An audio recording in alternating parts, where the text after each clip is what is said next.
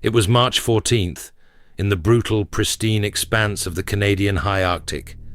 The sun, a pale, distant memory for months, had finally begun its slow, hesitant return.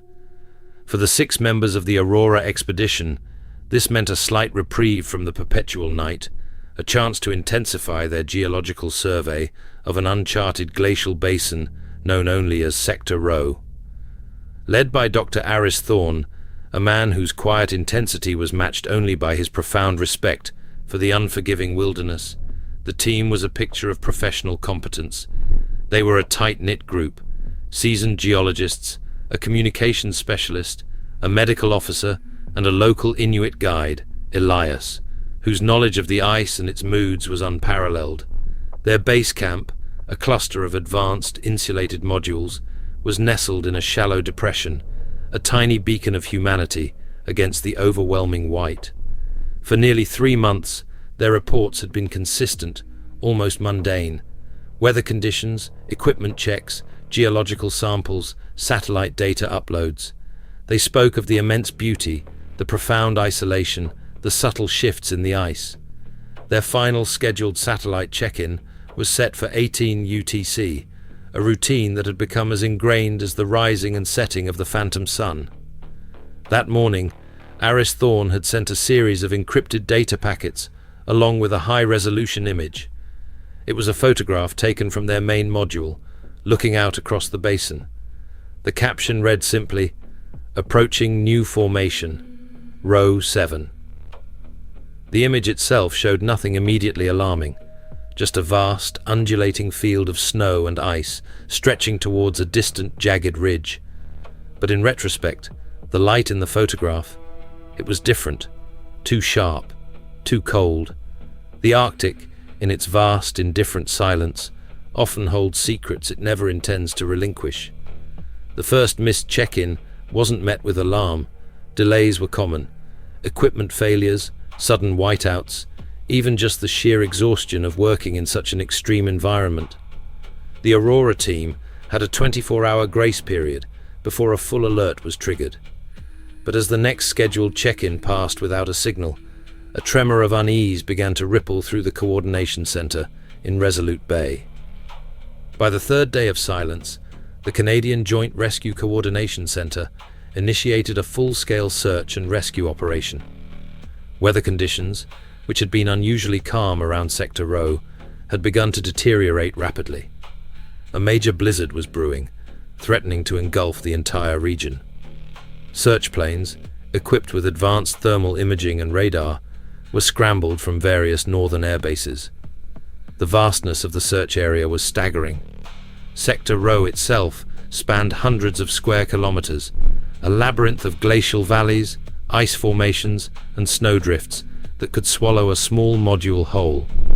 The urgency was palpable.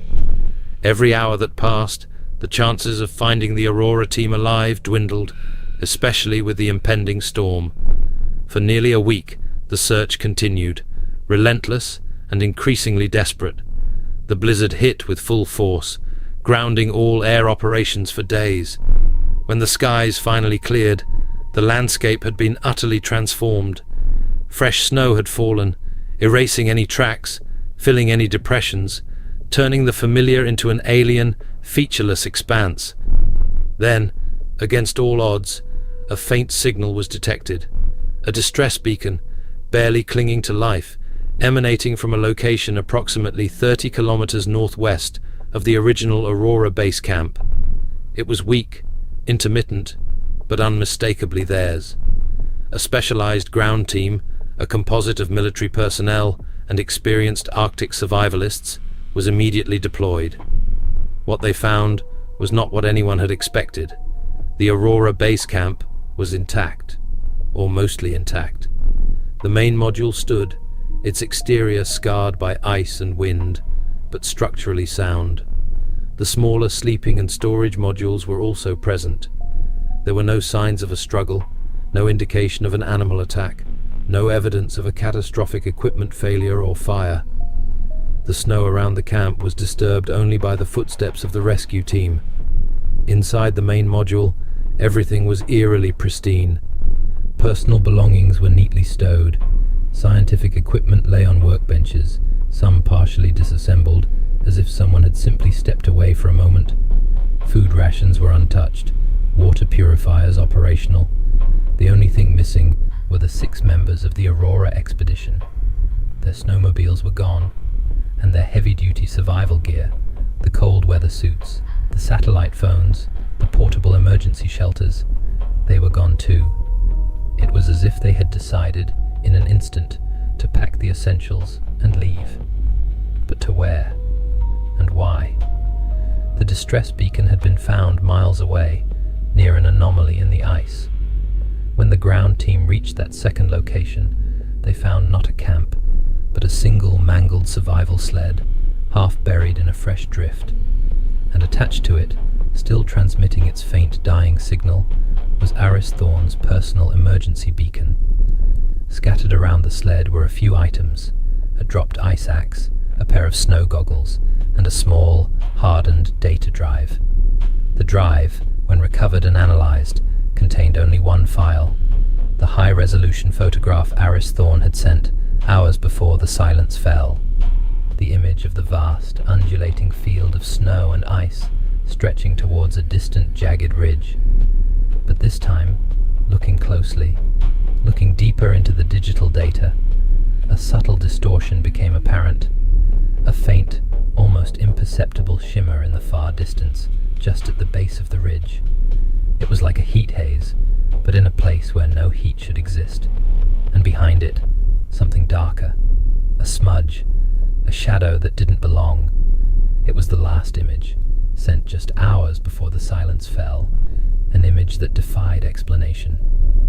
As the official investigation concluded, the theories began to proliferate, each more unsettling than the last. Was it a sudden, unforeseen environmental event? A localized, super-cold air vortex that overwhelmed their gear, forcing them to abandon camp and triggering the distress beacon as a last resort? But why leave a perfectly good camp for an unknown, perilous journey across the ice? Some speculated about a rare geological phenomenon, a sudden fissure in the ice, a rapid shift in the glacial floor that swallowed them whole. Yet, extensive aerial surveys and ground-penetrating radar found no such evidence. The ice in Sector Rho remained stable, ancient, undisturbed. Then there were the darker suggestions. The idea of a rogue polar bear attack, or even a pack of wolves, was quickly dismissed. There were no tracks, no blood, no signs of a struggle. And even if there had been, it wouldn't explain their deliberate departure from the base camp, nor the single, enigmatic photograph. The most disturbing theory centered around the photograph itself. What if the new formation Aris Thorne mentioned wasn't geological? What if the distortion, the shimmer, the shadow, what if it was something else entirely? Something they felt compelled to investigate, perhaps even drawn towards, despite the inherent dangers. Something that waited for them in the desolate silence of Sector Rho. The fact remained: 6 highly experienced individuals vanished without a trace from one of the most remote places on Earth.